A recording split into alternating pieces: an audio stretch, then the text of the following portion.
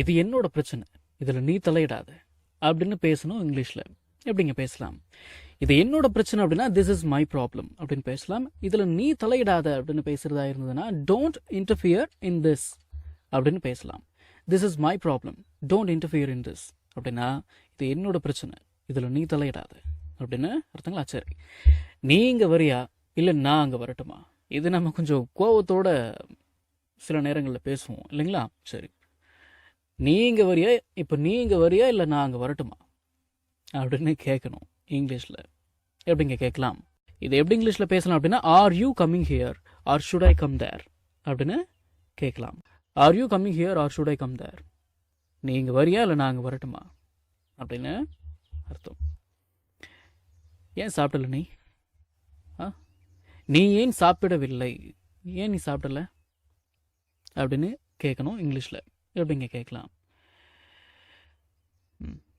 Why didn't you eat அப்படின்னு கேட்கலாம். Why didn't you eat, ஏன் நீ சாப்பிடல அப்படின்னு அர்த்தங்களா? சரி, என்னை ஏன் எழுப்பி விடலை, என்னை ஏன் எழுப்பி விடலை அப்படின்னு கேட்கணும். என்னை ஏன் நீ எழுப்பி விடலை எப்படிங்க கேட்கலாம் இங்கிலீஷில்? Why didn't you wake me up அப்படின்னு கேட்கலாம். Why didn't you wake me up, என்னையே நீ எழுப்பி விடலை, இல்லைன்னா என்னையே நீங்கள் எழுப்பி விடலை அப்படின்னு அர்த்தங்களா? சரி, நீங்கள் வருவீங்களா மாட்டிங்களான்னு கவலைப்பட்டுக்கிட்டே இருந்தேன், இல்லைனா நீ வருவியா மாட்டியான்னு கவலைப்பட்டுக்கிட்டே இருந்தேன் அப்படின்னு பேசணும் இங்கிலீஷில். எப்படிங்க பேசலாம்? நான் கவலைப்பட்டுக்கிட்டே இருந்தேன் அப்படின்னு பேசுகிறதா இருந்ததுன்னா ஐ வாஸ் worried அப்படின்னு பேசலாம். I was worried whether you will come or not அப்படின்னா நீ வருவியா மாட்டியான்னு கவலைப்பட்டுக்கிட்டு இருந்தேன், நீங்கள் வருவீங்களா மாட்டிங்களான்னு கவலைப்பட்டுக்கிட்டு இருந்தேன் அப்படின்னு அர்த்தம். I was worried whether you will come or not, நீங்கள் வருவீங்களா மாட்டிங்களான்னு கவலைப்பட்டுக்கிட்டே இருந்தேன் அப்படின்னு அர்த்தம். நீங்கள் யாரையாவது லவ் பண்ணியிருக்கீங்களா அப்படின்னு கேட்கணும் இங்கிலீஷில். எப்படிங்க கேட்கலாம்? Have you been in love with any one அப்படின்னு கேட்கலாம். Have you been in love with any one, நீங்கள் யாரையாவது லவ் பண்ணியிருக்கீங்களா, நீ யாரையாவது லவ் பண்ணியிருக்கியா அப்படின்னு அர்த்தங்களா? சரி, இவ்வளோ தான் என்னால் பண்ண முடியும், என்னால் இவ்வளோ தான் பண்ண முடியும் அப்படின்னு பேசணும். எப்படிங்க பேசலாம்? இது எப்படி இங்கிலீஷில் பேசலாம் அப்படின்னா this is all I can do அப்படின்னு பேசலாம். This is all I can do அப்படின்னா என்னால் இவ்வளோ தான் பண்ண முடியும் அப்படின்னு அர்த்தம். சரி, இப்போ எதுக்கு இப்போ பதட்டப்படுற? அவன் ஒருவேளை பஸ்ஸை மிஸ் பண்ணியிருக்கலாம், அப்படின்னு பேசணும். எப்படிங்க பேசலாம்? he might have missed the bus அப்படின்னு பேசலாம். he might have missed அப்படின்னா அவன் மிஸ் பண்ணியிருக்கலாம், இல்லை அவர் மிஸ் பண்ணியிருக்கலாம் அப்படின்னு அர்த்தங்களா? சரி, என்னத்தை? இந்த பஸ்ஸை. இந்த வாக்கியத்தில் இந்த மிஸ்ட் அப்படிங்கிறத பேசும்பொழுது மிஸ்ன்னு கூட உச்சரிங்க, தப்பு இல்லை. ஆனால் மிஸ்டுன்னு மட்டும் உச்சரித்து தொலைச்சிடாதீங்க, சிரிச்சு போடுவான் கேட்குறவன்.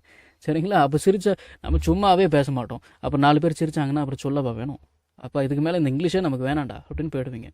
அதனால் மிஸ்ஸுன்னு கூட உச்சரிங்க, தப்பே கிடையாது. ஆனால் மிஸ்டுன்னு மட்டும் உச்சரித்து பேசிடாதீங்க. சரிங்களா? சரி, he might have missed the bus அப்படின்னா அவன் ஒரு வேளை பஸ்ஸை மிஸ் பண்ணியிருக்கலாம் அப்படின்னு அர்த்தங்களா? சரி, போ ஸ்கூலுக்கு ரெடியாக போய் ஸ்கூலுக்கு ரெடி ஆகு அப்படின்னு பேசணும். கெட் ரெடி ஃபார் ஸ்கூல் அப்படின்னா ஸ்கூலுக்கு ரெடி ஆகு. சரி, இந்த போ அப்படின்ற ஒரு வார்த்தை வந்திருக்கே அதானே? சரி go and get ready for school அப்படின்னு பேசிக்கோங்க, இல்லைனா go get ready for school அப்படின்னு கூட பேசிக்கோங்க. சரிங்களா? போய் ஸ்கூலுக்கு ரெடி ஆகு ஆச்சுங்களா? சரி, இதுதான் உனக்கு லாஸ்ட் வார்னிங், இதுதான் உனக்கு கடைசி வார்னிங், இதுதான் உனக்கு லாஸ்ட் வார்னிங் அப்படின்னு பேசணும் இங்கிலீஷில். எப்படிங்க பேசலாம்? இந்த லாஸ்ட் வார்னிங்னு சொல்லும் பொழுது ஒன்று ஞாபகம் வருது. சும்மா அப்படியே ஜாலியாக பேசுகிறேன், உங்களுக்கு எதோ ரொம்ப டைம்லாம் இல்லைப்பா எதெல்லாம் கேட்குறதுக்கு அப்படின்னா கொஞ்சம் ஸ்கிப் பண்ணிட்டு போயிடுங்க, ஒன்றும் பிரச்சனை இல்லை. இப்போ என்ன அப்படின்னா அந்த கேரளா பீப்புளெலாம் என்ன பண்ணுவாங்க, எப்படி பேசுவாங்க அப்படின்னா அந்த ஆஃபீஸ் அப்படிங்கிறது ஆஃபீஸு அப்படின்னு பேசுவாங்க, ஆட்டோ அப்படிங்கிறத ஆட்டோ அப்படின்னு பேசுவாங்க, ஆம்லேட் அப்படிங்கிறத ஆம்லேட்டு அப்படின்னு பேசுவாங்க. இந்த மாதிரி அவங்க பேசுகிறப்போ ரொம்ப சிரிப்பாக இருக்கும் கேட்குறதுக்கு. இதே மாதிரி இந்த கர்நாடகா பீப்புள் எப்படி பேசுவாங்க அப்படின்னா அந்த லாஸ்ட் வார்னிங் அப்படிங்கிறத ஏய் லாஸ்ட் வார்னிங்கோ அப்படிம்பாங்க. இது கேட்குறப்ப அவ்வளோ ஃபன்னியாக இருக்கும். சரி, இதெல்லாம் எதுக்கு பேசுகிற அப்படின்னு சும்மா பேசுகிறேன், கேட்டு வச்சுக்கோங்க. சரி, இதுதான் உனக்கு கடைசி வார்னிங் அப்படின்னு இங்கிலீஷில் எப்படி பேசலாம் அப்படின்னா this is the last warning to you அப்படின்னு பேசலாம். This is the last warning to you அப்படின்னா இதுதான் உனக்கு கடைசி வார்னிங் அப்படின்னு அர்த்தம்